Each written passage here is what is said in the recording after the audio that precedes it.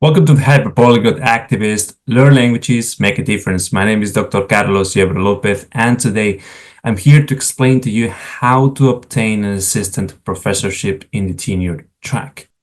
So now you've done the campus interview. What can you expect? You may or may not be contacted. It can be by phone or it can be by email.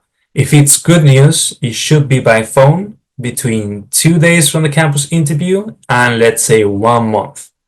If it's 2, 3, 4, 5 days, it probably means that you, my friend, are their first choice. They thought that your performance at the campus interview was the strongest and they want to give you the position.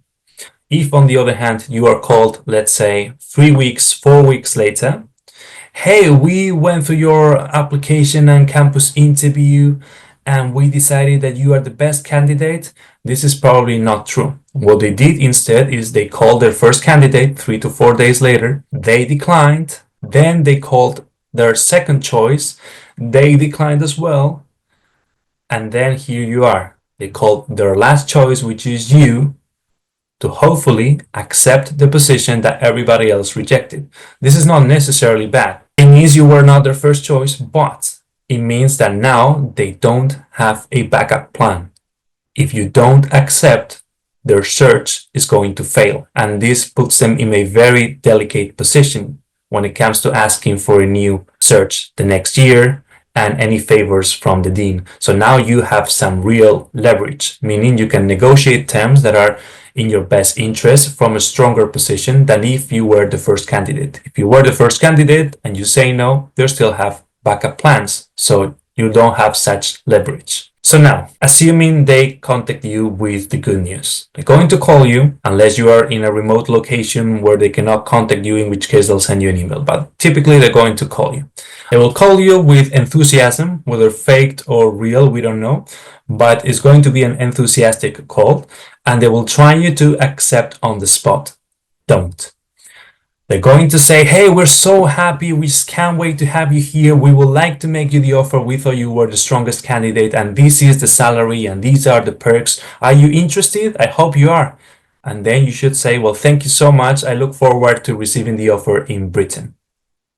That's what you have to say, because you want to see all the details of the offer and then identify which aspects of the offer you can negotiate, which you should.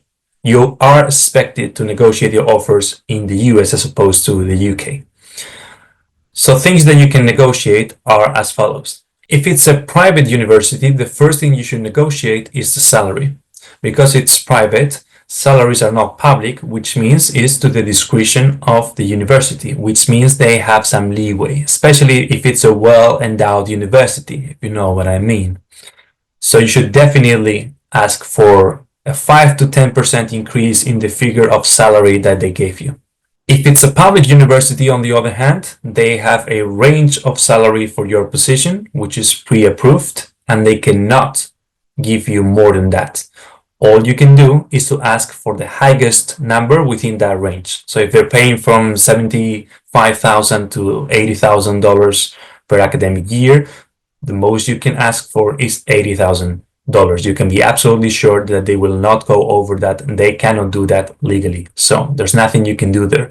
However, you can ask for more money in the form of research funds or moving in expenses, etc. You can always ask for more money, but not for more salary. That's the thing in the case of public universities. Second thing you should consider is this a teaching institution or a research institution? If it's a teaching institution, you cannot ask to teach less courses. They hire you because they need somebody to teach those courses. So if you're not going to teach them, you're not very useful to the institution. Okay. However, in a research institution, you can ask for a course release, say at the expense of having to produce one more journal article per year. That's fine, because research is very important for tenure purposes, so they won't be mad that you are devoting that time to being more productive when it comes to your research. You can also ask if it's a research institution for significantly higher research funds. If they expect you to publish a lot of research, they might as well give you a lot of resources. That said, I wouldn't overcomplicate things. I wouldn't play games, cat and mouse. You have the offer, which is what you wanted. It took you a long way, a lot of effort. Might as well sign it as soon as possible and get it done. That's my advice. If you want to play hard to get and wait for 10 days to reply and then say that you are in the Bahamas on holidays and can you call me in 15 days, you run the risk of blowing it. And it will be very unwise for you to do that. Okay? So don't overcomplicate things. Ask for a couple of upgrades. They will say yes. They won't make this process any harder than it has to be. And that's it. And you will have your assistant professorship, and they will have hired their assistant professor, and everybody is happy and kumbaya. Congratulations.